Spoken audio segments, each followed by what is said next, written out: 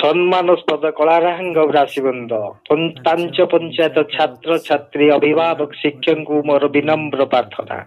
କଳାରାହାଙ୍ଗ ଗ୍ରାମ କଳା ଭାସ୍କର ସଂସ୍କୃତିରେ ପରିପୂର୍ଣ୍ଣ, ତଥାପି ମଧ୍ୟ ସୁସଂଗଠିତ ସାହିତ୍ୟ ଆଲୋଚନା ପାଇଁ ସୁଦୃଢ ଭିତ୍ତିଭୂମିର ଅନୁଭବ କରି ଗ୍ରାମର ଆଗାମୀ ଯୁବପିଢି ଛାତ୍ରଛାତ୍ରୀ ଅଭିଭାବକ ବଂଶଧରଙ୍କ ପାଇଁ ମର୍ଯ୍ୟାଦାର ପ୍ରଶ୍ନ।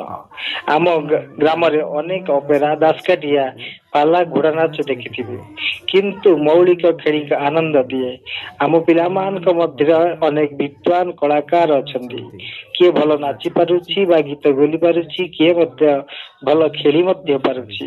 ବିଜ୍ଞ ଯୁବ ରାଜନୈତିକ ବାହାରିଲେଣି, ଏହା ଏକ ଶୁଭ ଲକ୍ଷଣ। ତଥାପି ମଧ୍ୟ ସୁସଂଗଠିତ ଖସଡ଼ା ପ୍ରସ୍ତୁତ କରିବାକୁ ପଡିବ।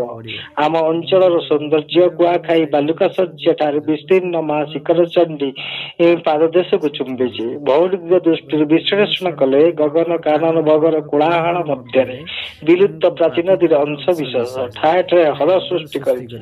ଏହା ଆମକୁ ଅପୂର୍ବ ସୌନ୍ଦର୍ଯ୍ୟରେ ବିମଣ୍ଡିତ କରିଥିଲେ ମଧ୍ୟ ଆମର ମାତୃଭାଷା ବିଲୟକୁ ମକୁଟକୁ ବିହୀନ ସମ୍ରାଟର ମର୍ଯ୍ୟାଦା ମନେ ହୁଏ। ଏହାକୁ ଅନୁଭବ କରି ଆମର ପୂର୍ବପୁରୁଷ ଆମକୁ ଅମୂଲ୍ୟ ରତ୍ନ ଦେଇଯାଇଛନ୍ତି। ଆସ ଆମେ ସମସ୍ତେ ମିଶି ଏହି ଅମ୍ଳାନ ଆତ୍ମାକୁ ବର୍ଷଟିଏ ସ୍ମରଣ କରିବା। ସେଥିପାଇଁ ଆମକୁ ଓଡ଼ିଶା ସାହିତ୍ୟ ଭାଷା କୋଷର ସୁସିଦ୍ଧହସ୍ତ କିରତି କର୍ମାକୁ ନେଇ ଏକ ଆଲୋଚନା ଚକ୍ର କରି ସମ୍ବର୍ଦ୍ଧିତ କରିବା। ନିଜକୁ ନିଜେ ଗର୍ବିତ ମନେ କରିବା, ଅପୂରଣୀୟ ସ୍ଥାନକୁ ପୂରଣ କରିବା, ଗ୍ରାମର ସାହିତ୍ୟ କଳା ସଂସ୍କୃତିକୁ ଉଦ୍ଭାସିତ କରିବା। ଥରୁଟି ଏହି ମହାନ ପରମ୍ପରାକୁ ସ୍ୱାଗତ କରନ୍ତୁ। ତାହା ସହିତ ଶ୍ରୀ ଶ୍ରୀ ଜଳେଶ୍ୱର ବାବା ଦ୍ୱିତୀୟ ଲିଙ୍ଗରାଜଙ୍କ ଦର୍ଶନ ସାନ୍ନିଧ୍ୟ ଲାଭ କରନ୍ତୁ। ମୁଁ ଆପଣଙ୍କର ନିମିତ୍ତ ମାତ୍ର। ଏହା ମହାନ ଐତିହ୍ୟ ପରମ୍ପରାର ଗୁଣମୁଗ୍ଧ।